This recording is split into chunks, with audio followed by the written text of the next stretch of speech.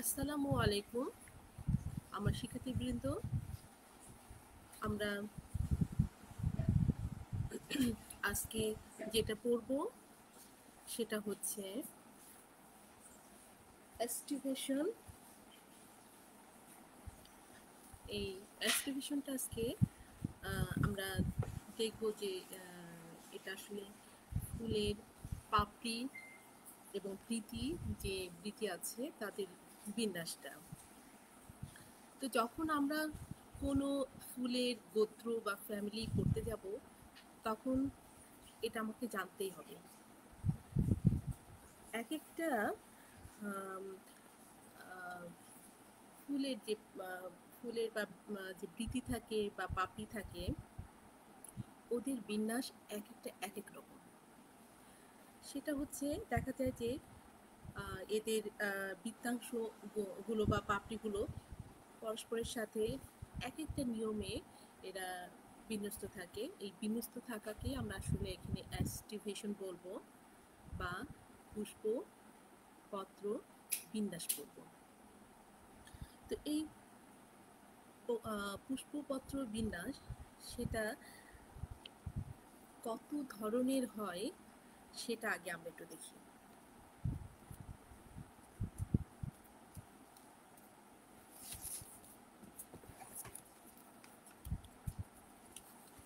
একটু খেয়াল করো, এখানে আম, দেওয়া আছে যে এটাকে বলে ওপেন, বা এটাকে বলা হয় ওপেন বা মুক্ত। হুম, দেখো, বৃত্তাংশ বা পাপড়ি যে অংশ দলমণ্ডলের যে এক একটা অংশটাকে আমরা পাপড়ি বলি, সেই পাপড়ির এক একটা অংশ দেখো কিভাবে আছে, এটা আমি পরে বুঝিয়ে বলবো। আপাতত দেখো এটার নাম হচ্ছে ওপেন। এরপরটা দেখো, পাপড়িগুলো একটার সাথে আরেকটা কাছাকাছি লেগে আছে কিন্তু মুক্ত না। এটা কিন্তু মুক্ত ছিল। বৃত্তাংশ বা পাপড়িগুলো মুক্ত থাকে সম্পূর্ণ আলাদা আলাদা ভাবে। সেটাকে আমরা বললাম ওপেন। এটাকে বললাম ভালভেট। ভালভেটে পাঁচটা যে বৃত্তাংশ বা এক একটা ফুলের যে পাপড়িগুলো থাকে, সেগুলো কি করে একটার সাথে আরেকটা কাছাকাছি লেগে থাকে, কিন্তু একবারে মুক্ত থাকে না, কাছাকাছি লেগে থাকে। একটা মনে করো এইভাবে দুটার মধ্যে লেগে থাকবে, হ্যাঁ, কাছাকাছি এভাবে। তাহলে এটার নাম ওপেন, এটার নাম ভালভেট, এটার নাম টুইস্টেড। হ্যাঁ, এটা টুইস্টেড। এখানে দেখা যাচ্ছে যে দেখো, আম, একটা ভিতরে একটা বাইরে, এটার একটা ভিতরে একটা বাইরে, একটা ভিতরে একটা বাইরে, একটা বাইরে এটা ভিতরে, এটা বাইরে এটা ভিতরে, মানে একটা বাইরে থাকবে একটা ভিতরে থাকবে, এই ধরনের। আমি শুধু নামগুলো আর এদের অবস্থানটা দেখাচ্ছি, পরে আমরা করব। আচ্ছা, এটা হলো ইমপ্লিকেট। ইমপ্লিকেট ইমপ্লিকেটে দেখা যাচ্ছে যে একটা সম্পূর্ণ ভিতরে, দেখো এটা সম্পূর্ণ ভিতরে রয়ে গেছে। আর এটা, দেখো একেবারে বাইরে। হ্যাঁ, আর বাকিগুলো দেখো বাইরে ভিতরে, বাইরে ভিতরে, বাইরে ভিতরে। তাহলে একটা সম্পূর্ণ বাইরে থাকবে আর একটা সম্পূর্ণ ভিতরে দেখা যাচ্ছে, এটাকে বললাম ইমপ্লিকেট। এখানে দেখো পুনকানশিয়াল, এটা একটা একদম ভিতরে একটা বাইরে। এই দুইটা দেখো, এখানে দুটা পাপড়ি দেখা যাচ্ছে একদম ভিতরে, আর দুইটা পাপড়ি দেখো এটা আর এটা একদম বাইরে, আর একটা শুধু বাইরে ভিতরে। এটাকে বলা হলো কুইনকানশিয়াল। আর ভ্যাক্সিলারি যেটা, সেটাতে দেখতে পাচ্ছি একটা বড় পাপড়ি থাকে যে ভিতরের পাপড়িগুলোকে আবৃত করে রাখে, আবৃত করে রাখছে। হ্যাঁ, এটা এটা অপরাজিতা, এই ধরনের ফুলে আমরা দেখে থাকি। তো প্রথমে আমি একটু বলতে চাই, সেটা হচ্ছে তোমার এই যে এস্টিভেশন, এটা আসলে কি? এটা হচ্ছে তোমার মুকুল অবস্থায় ফুলের যে বৃত্তাংশ থাকে বা পাপড়িগুলো থাকে, তাদের পরস্পরের সঙ্গে যে নিয়মে এরা বিন্যস্ত থাকে, তাদেরকেই বলা হয়ে থাকে এস্টিভেশন বা পুষ্পপত্র বিন্যাস। তাহলে আমরা কি পড়ছি? ফুলের মধ্যে প্রধান মানে পাঁচটি অংশের মধ্যে দেখা যায় যে তাদের স্ত্রীস্তবক, পুংস্তবক, দলমণ্ডল, বৃতি, এছাড়াও ধরো ওদের কি থাকে, পুষ্পাক্ষ থাকে, তারপর তাদের হলো উপবৃত্তি থাকে, হ্যাঁ, তারপরে মঞ্জুরি পত্র থাকে, উপমঞ্জুরি পত্র থাকে। তো এগুলোর মধ্যে যে বৃতি এবং হলো যে দলমণ্ডলের যে বিভিন্ন পাপড়িগুলো দেখি, হ্যাঁ, এদের বিন্যাসটা নিয়ে আসলে আজকে শুধু দেখব।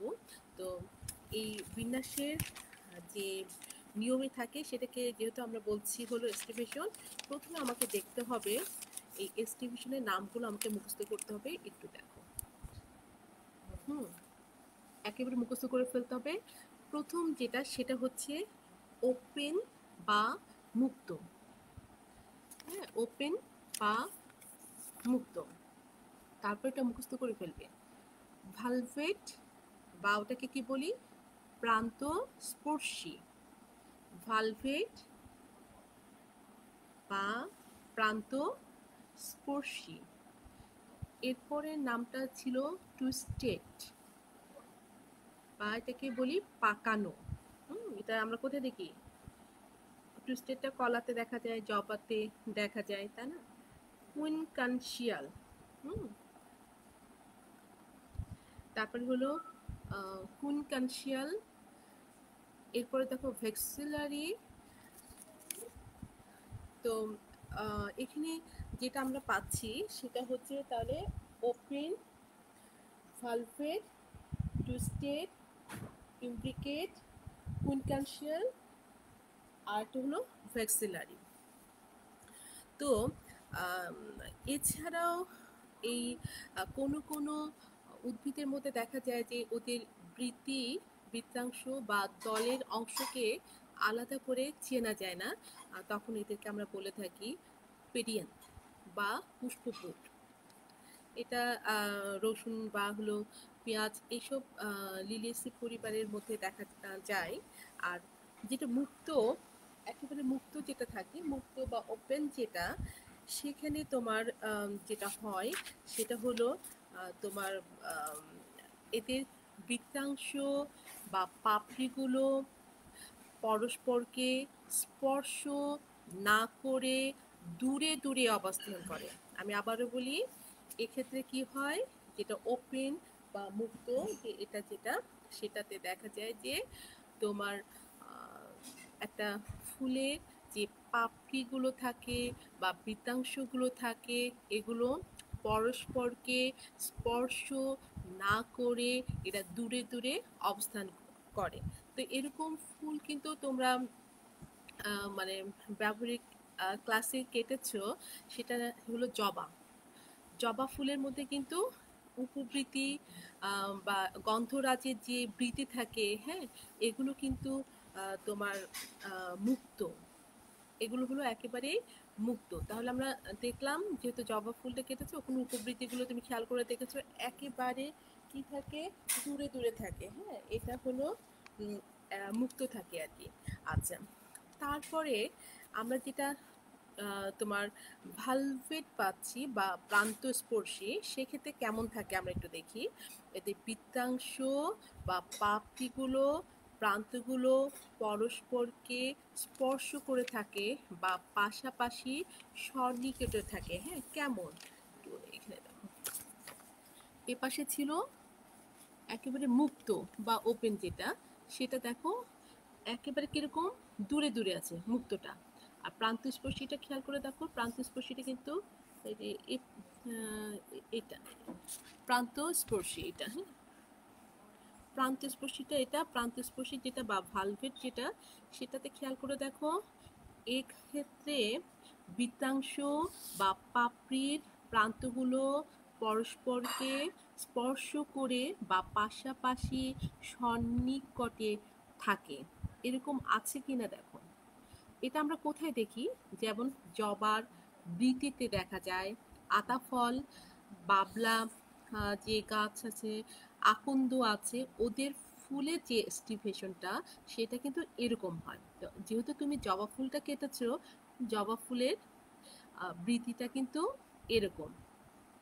আমি আবারও তাহলে বলি ওপেনটা কিরকম একটু খেয়াল করো। ওপেনটা, হ্যাঁ, শুধু ওপেনটা দেখো। ওপেনটা হচ্ছে তোমার বৃত্তাংশ বা পাপড়িগুলো পরস্পরকে স্পর্শ না করে দূরে দূরে অবস্থান করে।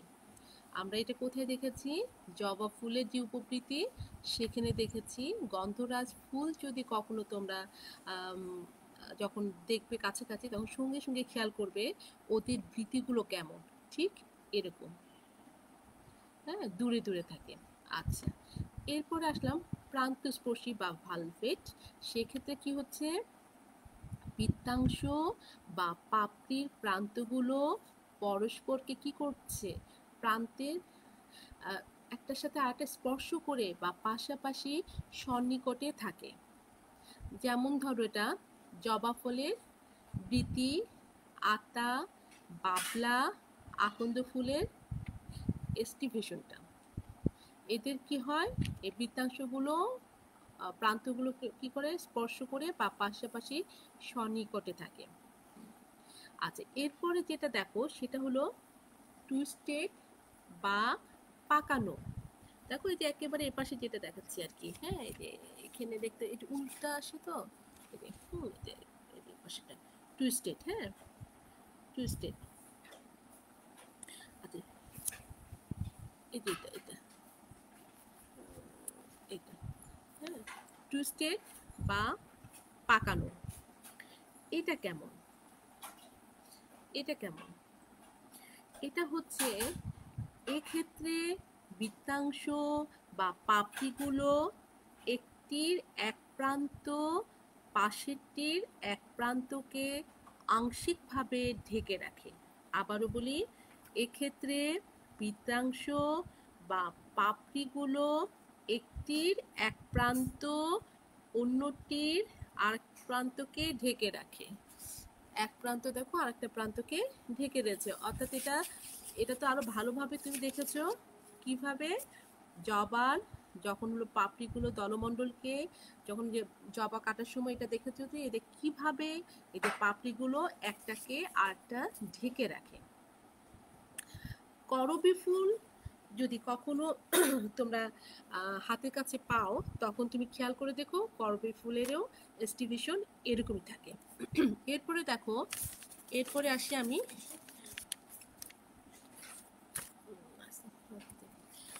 এটা হলো ইমব্রিকেট, হ্যাঁ, এটা হচ্ছে ইমব্রিকেট, হ্যাঁ, ইমব্রিকেট। ইমব্রিকেট যেটা সেটা দেখো কেমন। ইমব্রিকেট, হ্যাঁ, এক্ষেত্রে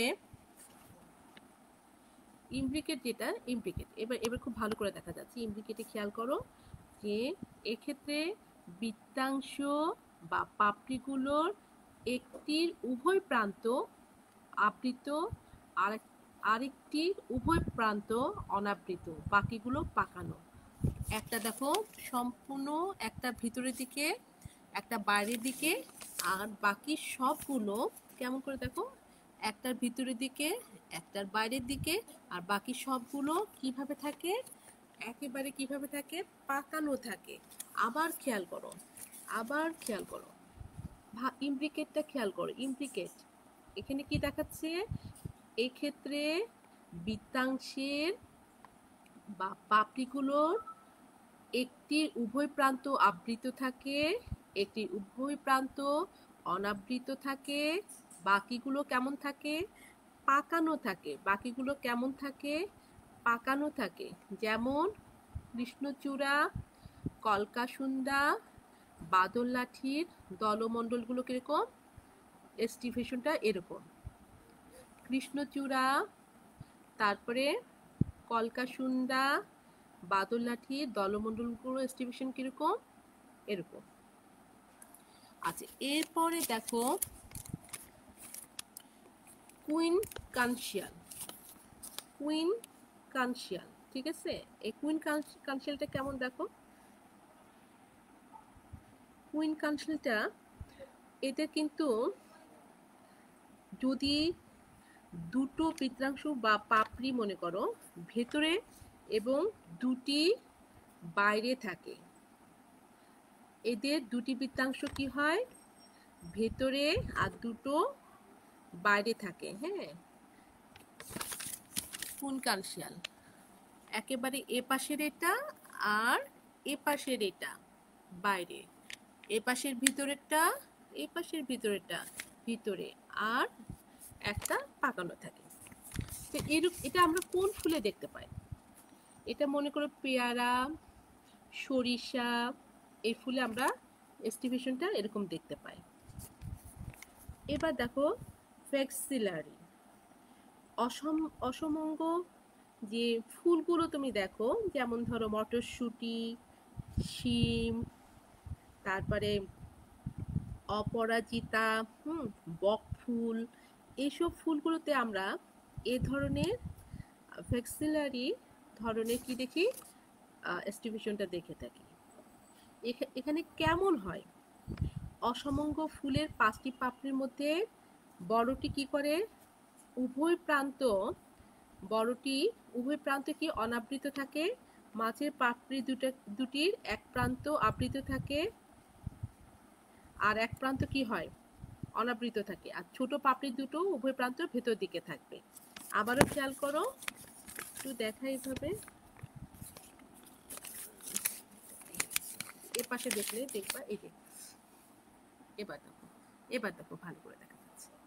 হ্যাঁ, এই যে ভ্যাক্সুলারিটা দেখো, অসমঙ্গ ফুলের যে 5টা পাপড়ি থাকে তাদের মধ্যে দেখো বড় পাপড়িটির উভয় প্রান্ত অনাবৃত, ওটা কি আবৃত আছে, দুপাশের প্রান্তটায় অনাবৃত থাকে, তাই না? আচ্ছা, আর মাঝারি পাপড়ি দুটো কি হচ্ছে, এক প্রান্ত আবৃত আর অন্য এক প্রান্ত অনাবৃত থাকে। মাঝখানে খেয়াল করো, মাঝের যে দুটো পাপড়ি আছে সেটার কিন্তু এক প্রান্ত আবৃত আর অন্য প্রান্ত অনাবৃত থাকে। আর ছোট পাপড়ি দুটির উভয় প্রান্তই ভেতরে থাকে, ছোট পাপড়ি দুটোর উভয় প্রান্ত কি হয়, ভেতরে থাকে। এই ধরনের যে আমরা স্টিপশনগুলো দেখি, সেটা মনে করো অপরাজিতা ফুলটা তো তোমরা সবসময় দেখো, ওটা যখনই দেখবে তখন ওদের পাপড়িগুলো খুলে খুলে, ওদের অবস্থা একবারে খুলে ফেলবে না, বাইরে দুটা খুলবে, আস্তে আস্তে খুলে খুলে দেখবা যে ওদের যে মানে স্টিপেশনটা সেটা কিন্তু এরকম হয়ে থাকে। তো তাহলে আজকে আমরা যেটা শিখলাম সেটা হলো মানে দলমণ্ডলের যে এক একটা অংশকে আমরা পাপড়ি বলি, সে পাপড়ি বৃত্তির যে এক একটা অংশকে বৃত্তাংশ বলি, তাদের যে ডিস্ট্রিবিউশনটা সেটা আমরা দেখলাম যে তাদের অবস্থানটা কিরকম। আচ্ছা, তো একেবারে তোমাকে যেটা করতে হবে সেটা হলো যে নামগুলো মুখস্থ করে ফেলবে, আর এটা যদি না জানতে পারো তাহলে আমরা যে গোত্র দুটো পড়বো আমাদের সিলেবাসের অন্তর্ভুক্ত গোত্র, একটা হচ্ছে মালভেসি আর একটা হলো লিলিয়াসি বোধহয়, একটা মালভেসি আর একটা হচ্ছে আমাদের পোয়েসি। হ্যাঁ, এই দুটো গোত্র যখন পড়তে যাব তখন আমরা শনাক্ত গোত্র বুঝতে পারবো না, জানতে পারবো না, কারণ আমাকে জানতেই হবে একটা ফুলের কি কি অংশ আছে, যেমন বৃতি থাকে, দল থাকে, তারপরে তোমার পুংস্তবক থাকে, স্ত্রীস্তবক থাকে। হ্যাঁ, এই যে এইগুলোর অবস্থান আমাকে জানতে হবে, শিখতে হবে। তো আজকে আমি যেটা তোমাদেরকে শেখালাম সেটা হচ্ছে এস্টিভেশন বা এই তোমার হলো পুষ্পপত্র, যে এদের যে বিন্যাসটা সেটা আমরা আজকে দেখলাম। হ্যাঁ, মুকুল পুষ্প যে পত্র বিন্যাস সেটা দেখলাম। এখন এই যে আজকে আমি এটা পড়াচ্ছি, তাহলে এই ফুলগুলোর, যেহেতু ফুল হচ্ছে, ফুলগুলো কোন কোন কিসের অন্তর্ভুক্ত, হ্যাঁ সেটা একটু জানতে হবে। যেমন আমরা জানি যে এরা হলো আবৃতবীজী উদ্ভিদ, আর এরা সাধারণত আবৃতবীজী উদ্ভিদ, তাই না? আবৃতবীজী উদ্ভিদ, এর আগে আমি নগ্নবীজী উদ্ভিদটা পড়িয়ে ফেলেছি।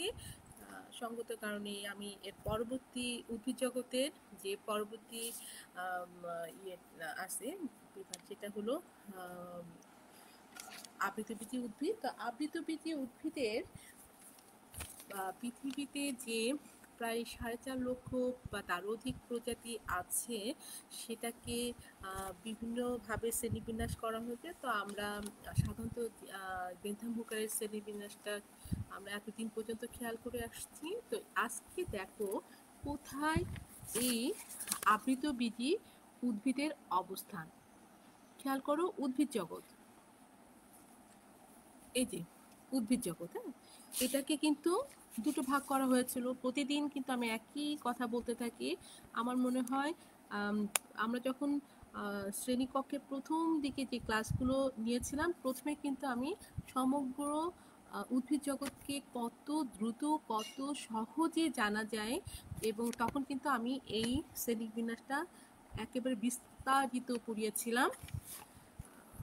হাসান একটু ইয়ে করে দাও, পড়িয়েছিলাম। তো আজকে আমি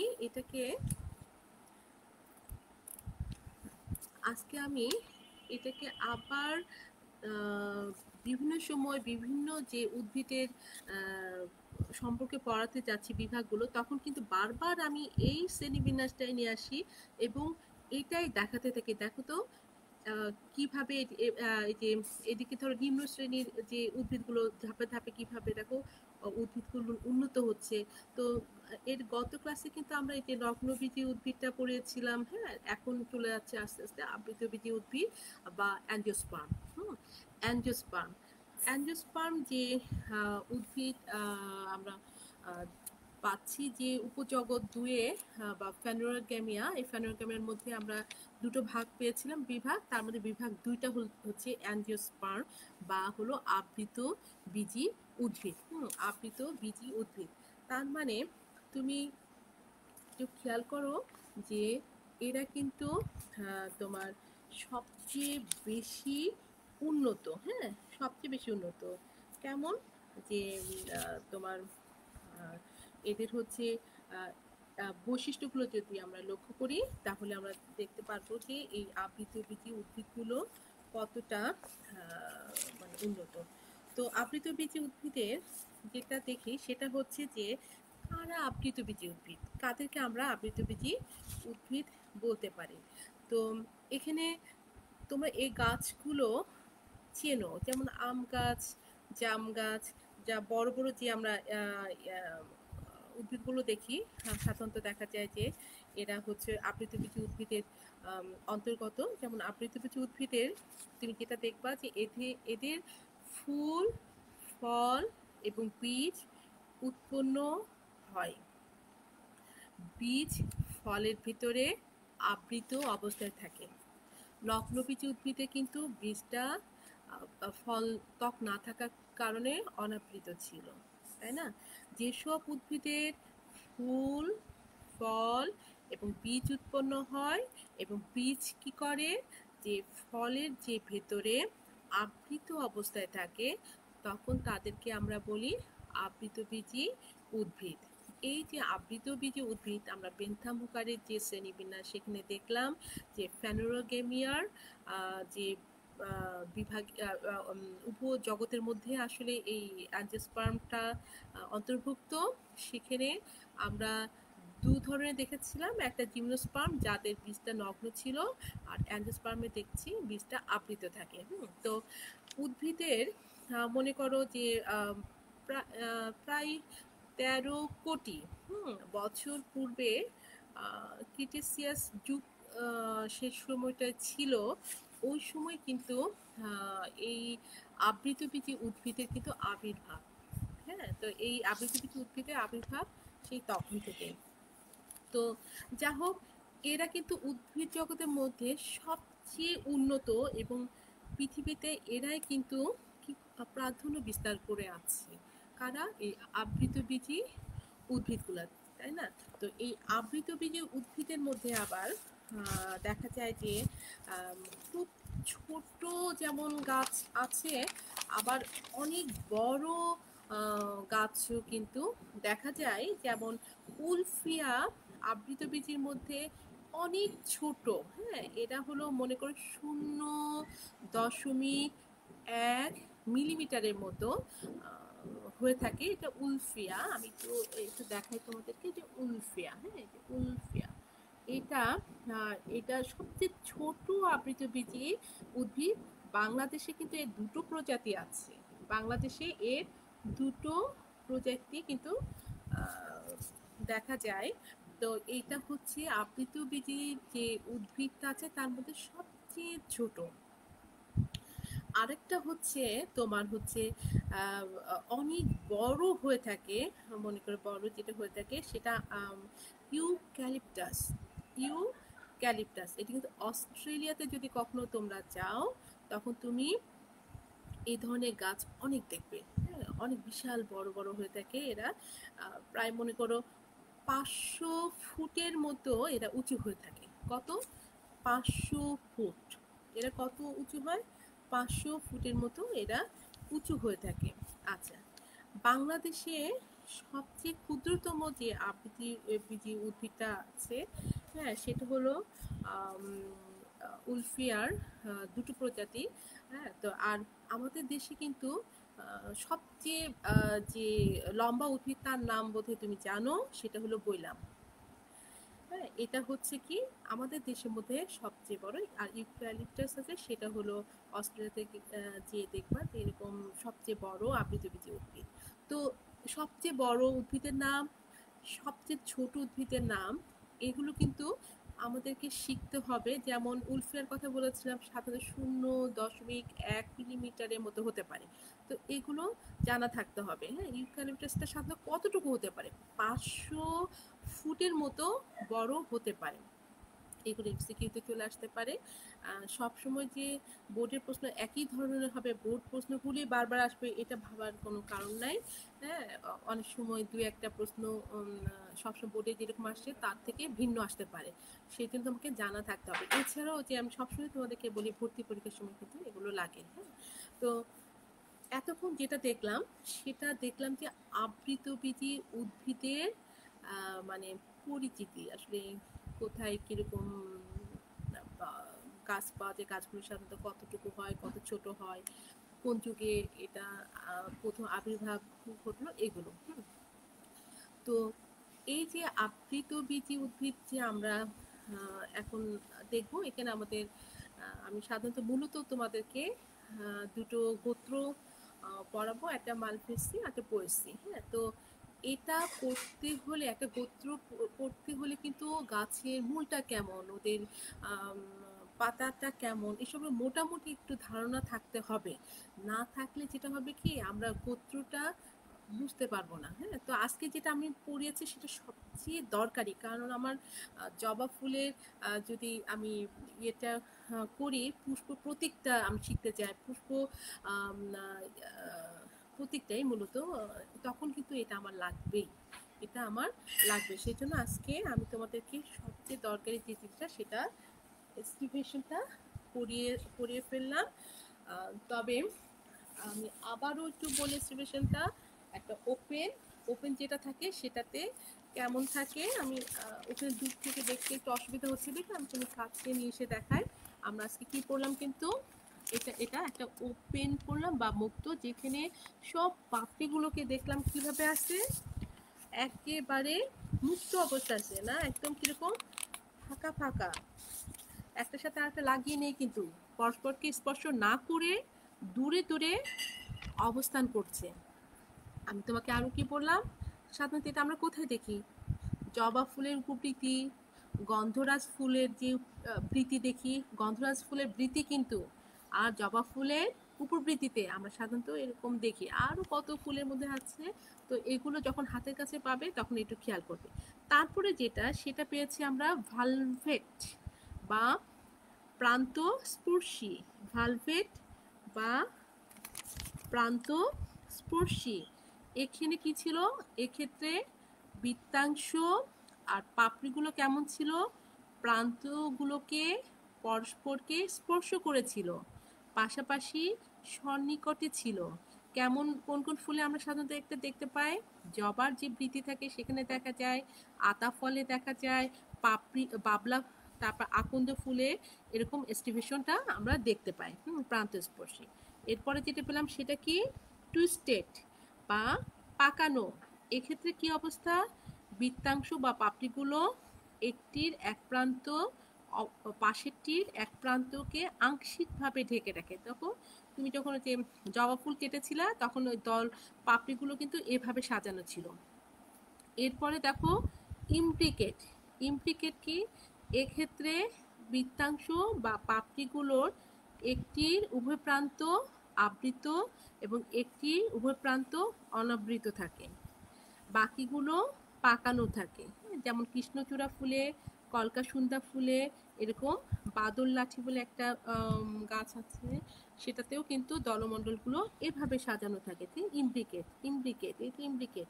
তারপর আসো কুইন কানশিয়াল, এই যে কুইন কানশিয়াল, ঠিক আছে, কুইন কানশিয়াল। কুইন কানশিয়ালে কেমন থাকে, এখানে থাকে তোমার হলো দুটি মানে দুটি বৃত্তাংশ একেবারে ভেতরে দিকে দেখো পাপড়িগুলো, মানে আর দুটি বাইরের দিকে থাকে, এদেরকে আমরা বলি কুইনকানশিয়াল অ্যাস্টিভেশন। এটা পেয়ারাতে দেখা যায়, সরিষাতে দেখা যায়। এরকম ফুলগুলো যদি কখনো কাছে পাও, সরিষা ফুল সাধারণত দেখবা বাসায় হলো, কিন্তু অনেক সময় শীতকালে সরিষার শাক নিয়ে আসে, তখন ওর মধ্যে ফুলও থাকে। আর যদি গ্রামের বাড়িতে যাও তখন তো তুমি মাঠের মধ্যে হলুদ, যে হলুদ হয়ে থাকে তখন সরিষার ক্ষেত, তখন ওখান থেকেও তুমি ফুলটা দেখতে পারো যে কিভাবে থাকে। আর বাকি থাকলো ফ্যাক্সিলারি। ফ্যাক্সিলারি কোনটা একটু দেখতে, এই যে এটা। এই ফ্যাক্সিলারিটাতে কি হয় তোমার, যে তোমার হলো অসমাঙ্গ যে ফুলগুলো থাকে, মানে অসংখ্য ফুলের 5টি পাপড়ির মধ্যে তোমার একটি কি করে, তোমার একটি মানে বড় উভয় প্রান্তে অনাবৃত থাকে, আর মাঝারি পাপড়ি দুটি এক প্রান্ত আবৃত থাকে, এক প্রান্ত অনাবৃত থাকে, ছোট পাপড়ি দুই উভয় প্রান্তই ভেতরের দিকে থাকে। হ্যাঁ, এটা তুমি সাধারণত কোথায় দেখতে পাও, অপরাজিতা, শিম, মটরশুঁটি, বকফুল, এইসব জায়গায় আমরা এটা দেখতে পাই। হ্যাঁ, তো যা হোক, এটা হচ্ছে আমাদের বিভিন্ন প্রকার এস্টিভেশনটা আমরা জানলাম। তো বাসায় যে কাজটা করতে হবে সেটা তোমার এই এস্টিভেশন কাকে বলে এবং কত প্রকার চিত্রসহ বর্ণনাগুলো শিখে ফেলবে। এস্টিভেশন কাকে বলে, কত প্রকার চিত্রসহ বর্ণনাগুলো শিখে ফেলবে। আর একটা জিনিস তোমাকে শিখতে হবে, সেটা হচ্ছে আবৃতবীজী উদ্ভিদের ছোট উদ্ভিদটার নাম কি, বড় উদ্ভিদটার নাম কি। হ্যাঁ, এটা আসলে অনেক সময় চলে আসে যে আবৃতবীজী উদ্ভিদ বলতে কি বুঝো। হ্যাঁ, যেমন অগ্নবীজী উদ্ভিদ বলতে কি বুঝো, এরকম আসে, এরকম আসতে পারে। তো আজকে তো এগুলো শিখলাম, বাসায় তোমরা ভালো করে শিখে ফেলবে। আর যেটা হচ্ছে যে আমার একটু সমস্যা হওয়ার কারণে আমি একটার সময় যে ক্লাস রুটিন অনুযায়ী আমার ক্লাস নেওয়ার কথা সেটা নিতে পারছি না। আমি যদি এই সকালে না নিই তাহলে হয়তো আমার আজকে সারাদিনে নেটে না পাওয়ার কারণে হয়তো ক্লাসটা নেওয়াই হবে না। এই জন্য আমি সকালে নিয়ে নিচ্ছি, যখন আমার সমস্যা থাকবে না তখন আমি একটা সময় নিব।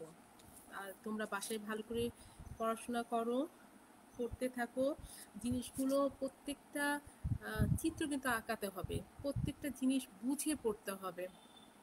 আর যেহেতু ছোট ছোট একদিনে তো খুব বেশি পড়ানো হয় না, এটা ওই দিনেই যদি মুখস্থ করে ফেলো বা শিখে ফেলো তাহলে দেখবা যে যখন আমার পড়ানো শেষ তখন বইটাও তুমি দেখবে যে তোমার মুখস্থ হয়ে গেছে, পুরো বইটাই তোমার শেখা হয়ে গেছে। আর যদি জমিয়ে রেখে দাও তাহলে যেটা হবে, শেষের দিকে যখন যাবা আপা যেন ওইখানে কি পড়েছে কি পড়ালো কিছু আর মনে থাকবে না। সেই জন্য এখনই বাসায় বসে বসে পড়ো। আর যে কথাটা বলবো সেটা হলো, এখন তো সময় খারাপ, বাইরে বের হও না, বাসায় থাকবে। আর নিয়ম কানুন তো আমরা শিখেই ফেলেছি, হাত ধুতে হবে, যা যা করতে হবে সেগুলো করবে। আমাদের জন্য, আমার জন্য দোয়া করো, আমার পরিবারের জন্য দোয়া করো। আমি তোমাদের সবার জন্য দোয়া করি, তোমরা সবাই ভালো থাকো, খুবই ভালো থাকো।